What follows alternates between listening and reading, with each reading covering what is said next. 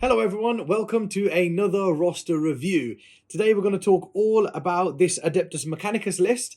I went to a RTT last weekend. It was called Twisted Onslaught Salvation. And I went to an RTT with this Adeptus Mechanicus list, and I came first. I won all three of my games, and I came first. I scored 100 points, 100 points, and 95. So I dropped only a total of 5 points over the event, and it performed really, really well. So we're going to have a look at how it all works. If you haven't already, guys, hit the subscribe button and notifications bell in the corner over there, so you know each time we release one of these videos, and hopefully you're finding these very, very helpful. So, step number one for the roster reviews, like we always do, let's have a look at the list first that I took. So, I had a Lucius Battalion detachment. I had a Manipulus in there with the Holy Order Logi. I'm going to explain what everything does in a minute. I'm just going to talk about the list here. So, he had the Holy Order Logi, Luminescent Blessing Warlord trait, and the Solar Flare Relic. Then I had a Marshal in that detachment, a Scutari Marshal. And he had Exemplar's Eternity, the relic, and also Programmed Retreat as a Warlord trait that I bought for him for 1 CP.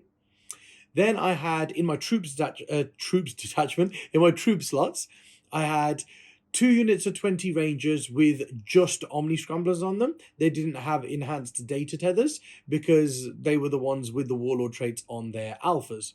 So I had 20 Rangers with an Omni Specs, I believe it's called, and a multitasking Cortex. And then the second unit had an Omni Specs and the Battlesphere Uplink Warlord trait. Then I had 2 more units of 20 Rangers with Omnispexes and enhanced data tethers, so that Warlord traits could be used anywhere on the battlefield on them because they have enhanced data tethers. Then I had 2 units of 20 Vanguard as well, with Omnispexes and enhanced data tethers, so I had 120 infantry, 4 units of 20 Rangers, and 2 units of 20 Vanguard. Then I had a unit of 7 Electro Priest, Corpuscari Electro Priests, thought they were pretty cool.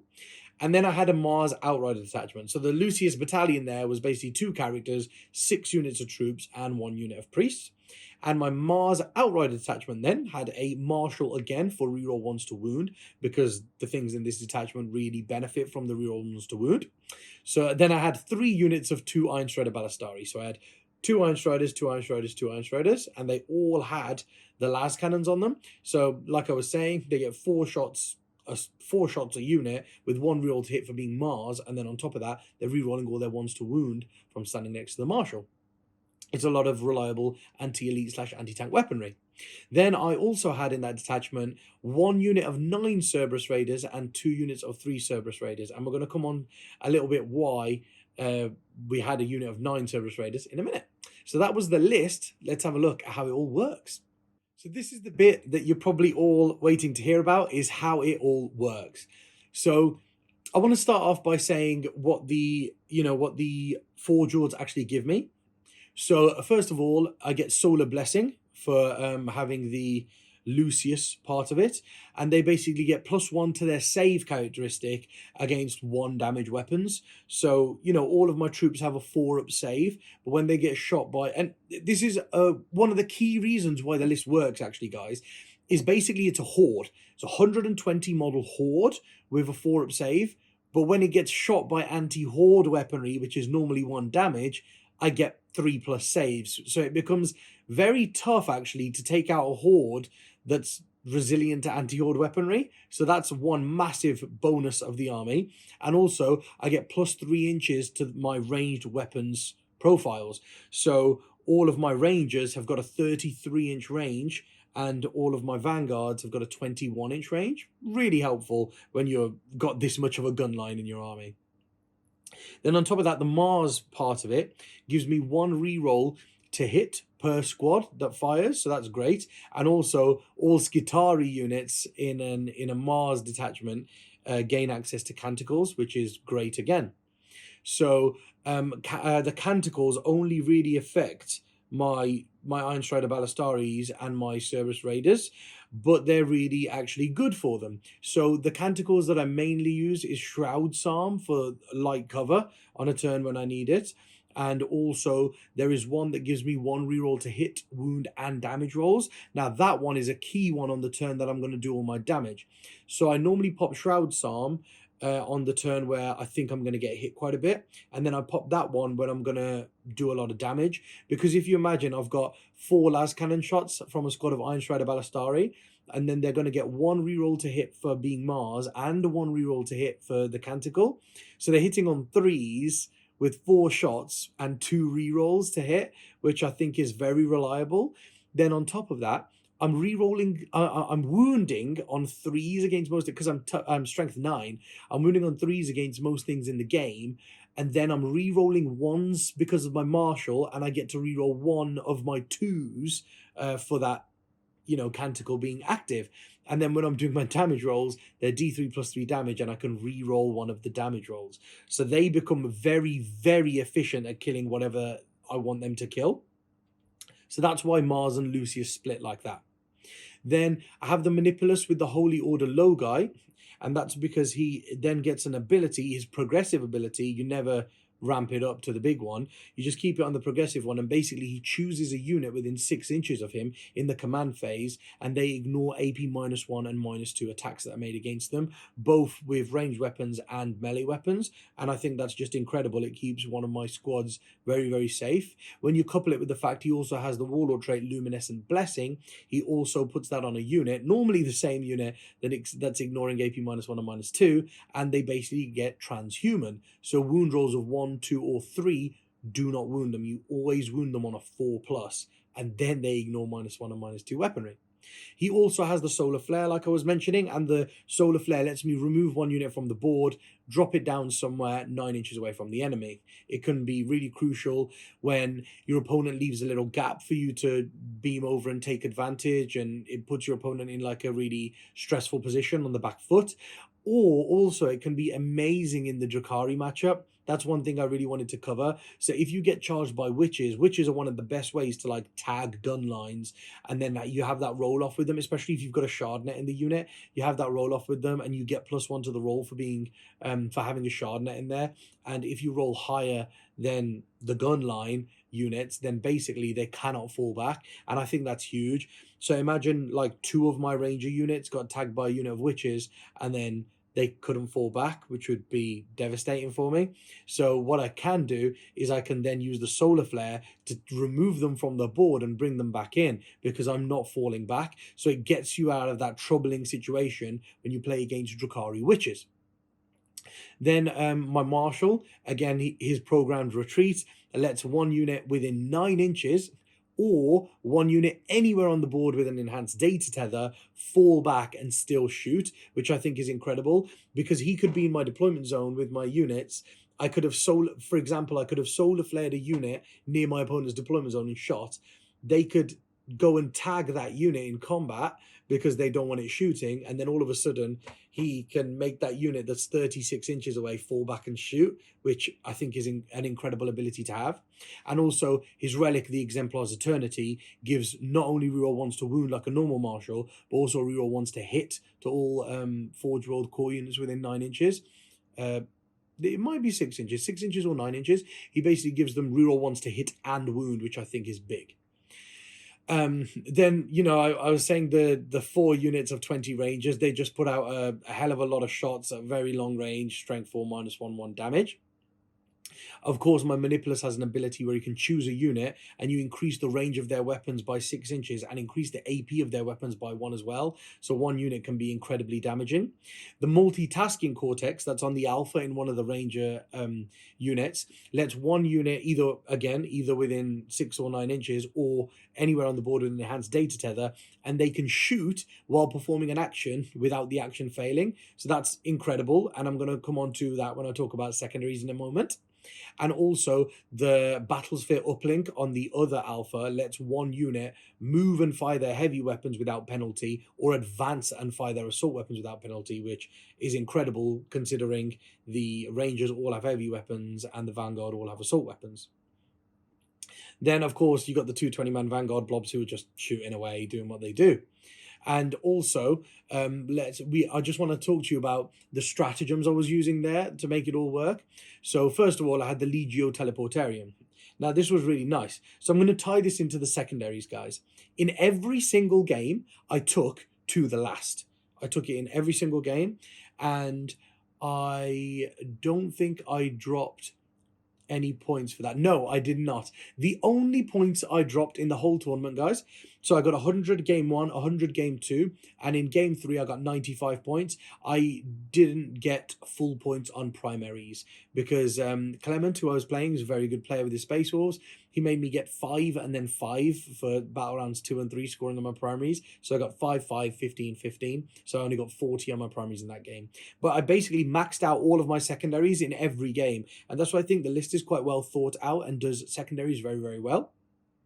So I took to the last in every single game, and basically it was 2 units of Rangers and 1 unit of Vanguard is what I made it, because all of those blobs, excluding the 2 important ones, the Multitasking Cortex and the Battlesphere Uplink, those ones were not to the last because they don't have that enhanced data tether on them, so they're 5 points cheaper than the other 4 squads in the army. And that's done on purpose as well, because people want to target those units because they've got my Warlord traits on them. But if they're targeting those units, they're leaving my to the last ones alive.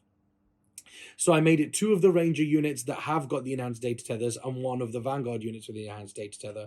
And what I did in pretty much every game is I started the Vanguards on the board, hidden at the back somewhere, like those ones that were to the last, and I spent 2 CP and I put both of my Ranger units in my Legio Teleportarium.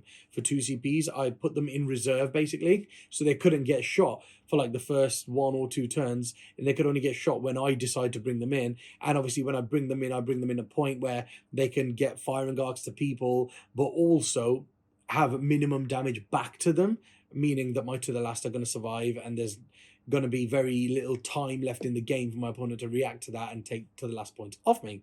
So I took that in every game, and it worked in every game. Then after that, I took Stranglehold in every game as well, because I think that one's very important. I've got 120 OBSEC models. 120 OBSEC models. If they start trundling up the board, I'm going to hold my, like, the 2 objectives that are near me in my deployment zone pretty much easily every single turn.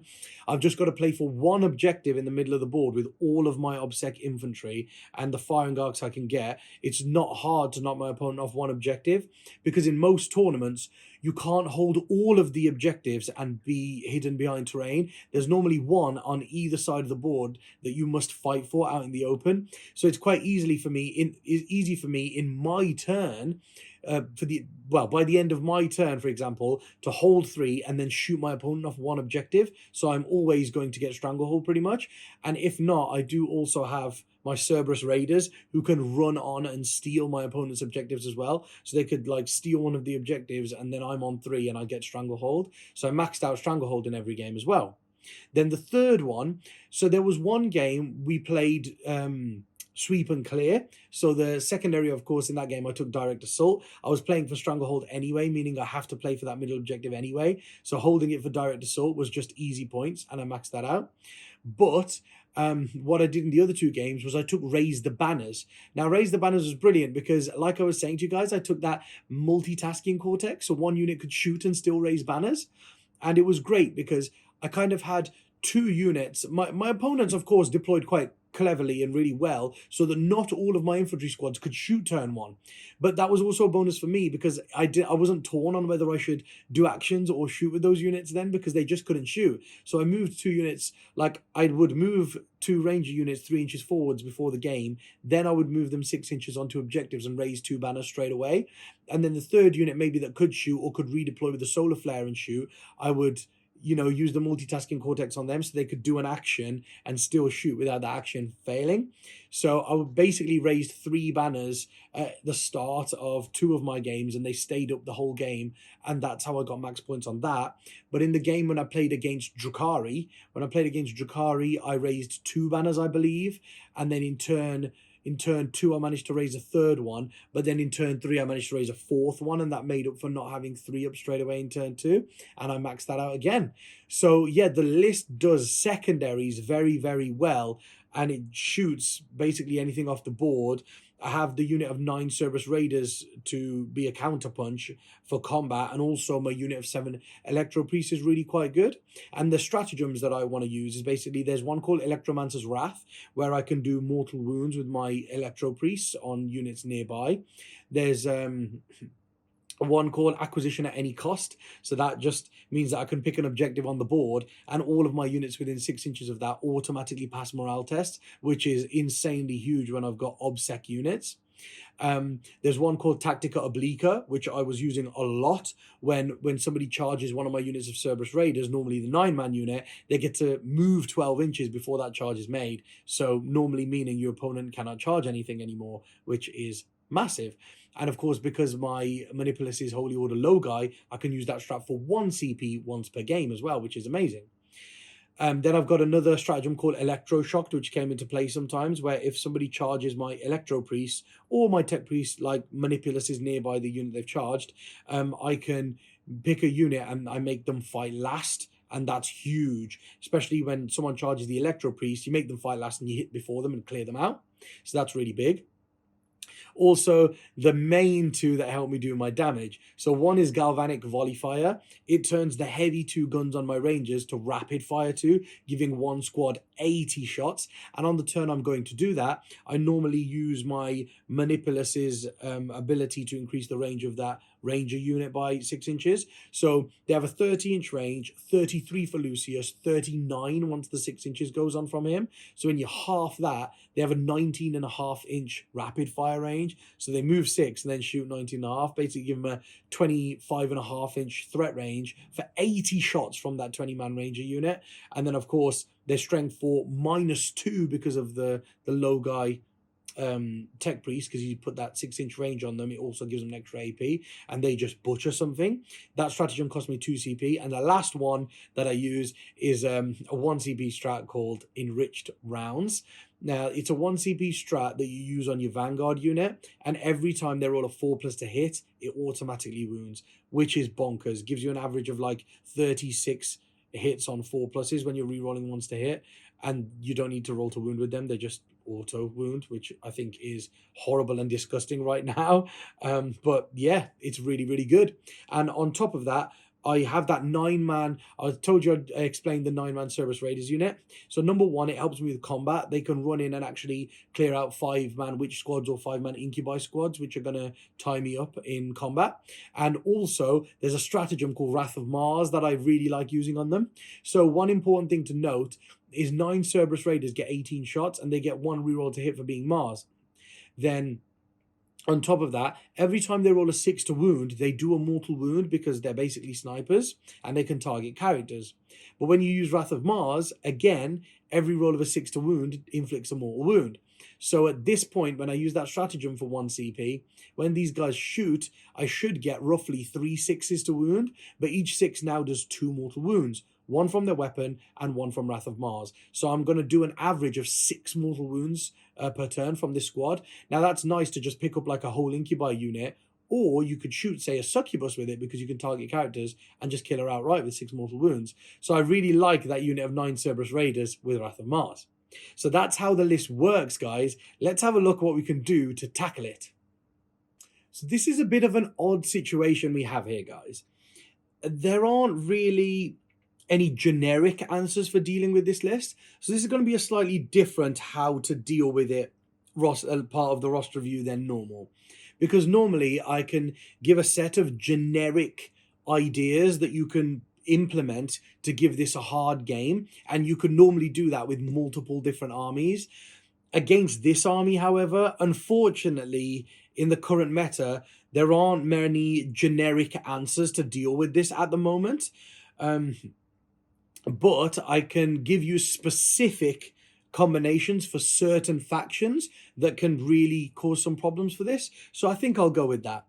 Now, the first thing you got to remember is these Iron Strider Ballistari are very, very lethal when you've got elite units and you've got like tanks and stuff like that, because the Rangers and the Vanguard are just AP -1 and AP 0. Yeah, they've got a lot of shots, but they're strength 4 and strength 3 with AP 1 and AP 0.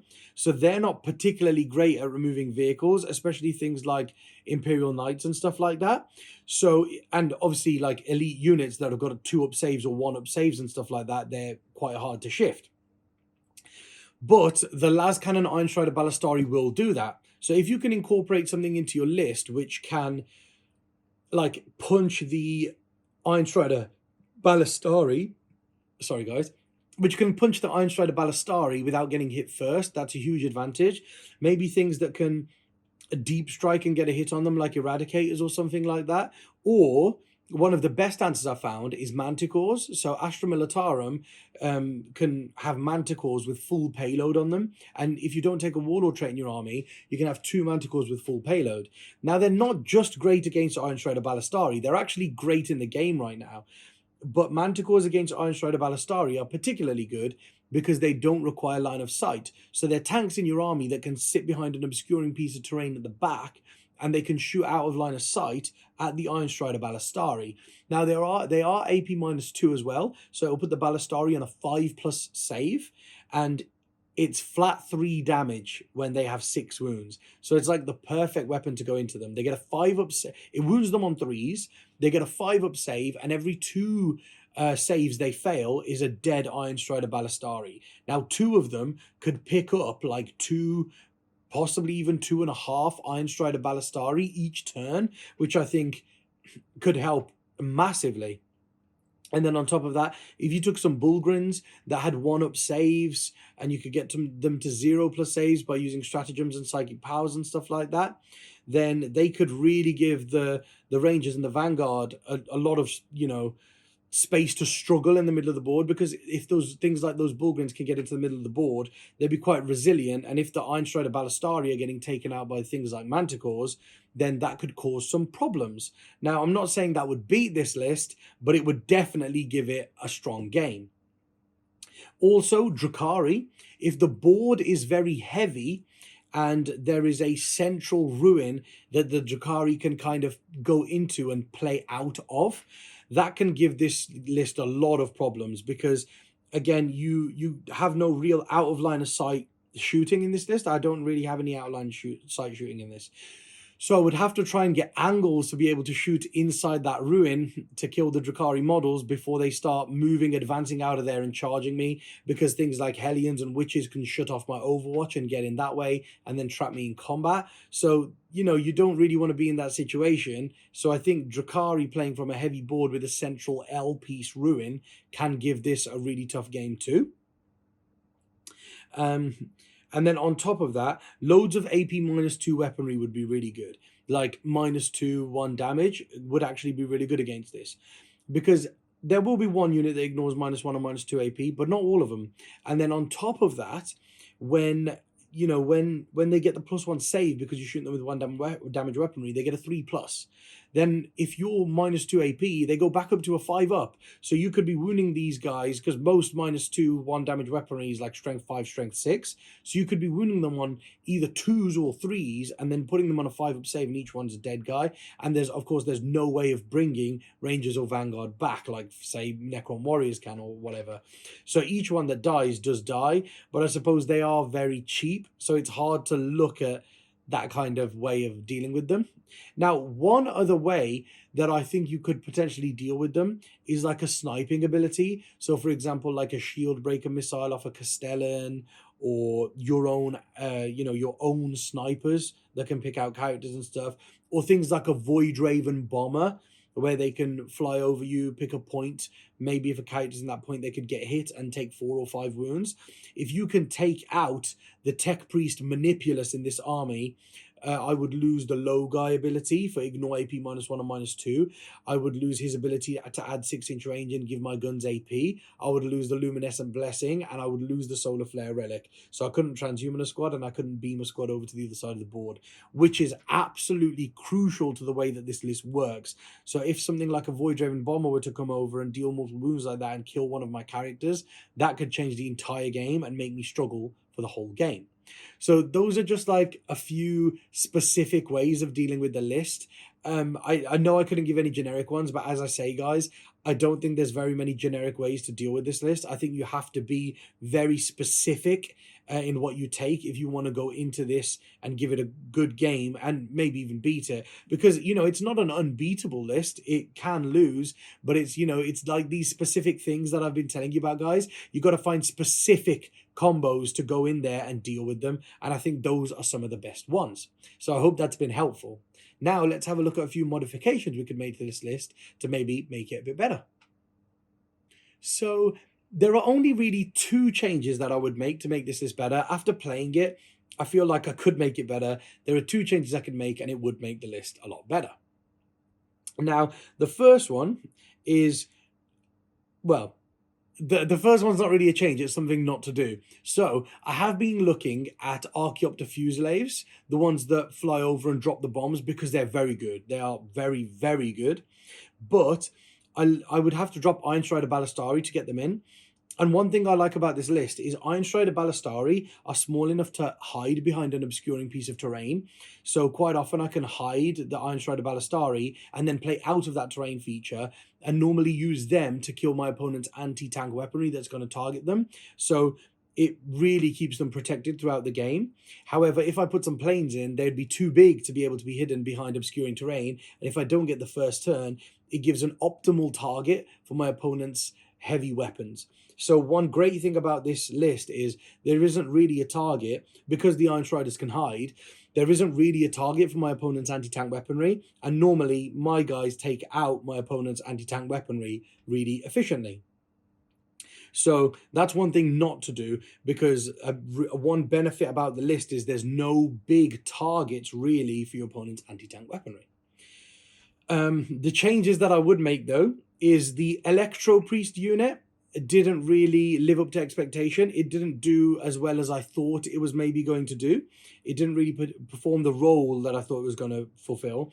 And instead, it was just doing the same job that my Vanguard and Rangers were doing. So it was just doing the same job that the Rangers and the Vanguard were doing, and I felt like I could have something more for those points.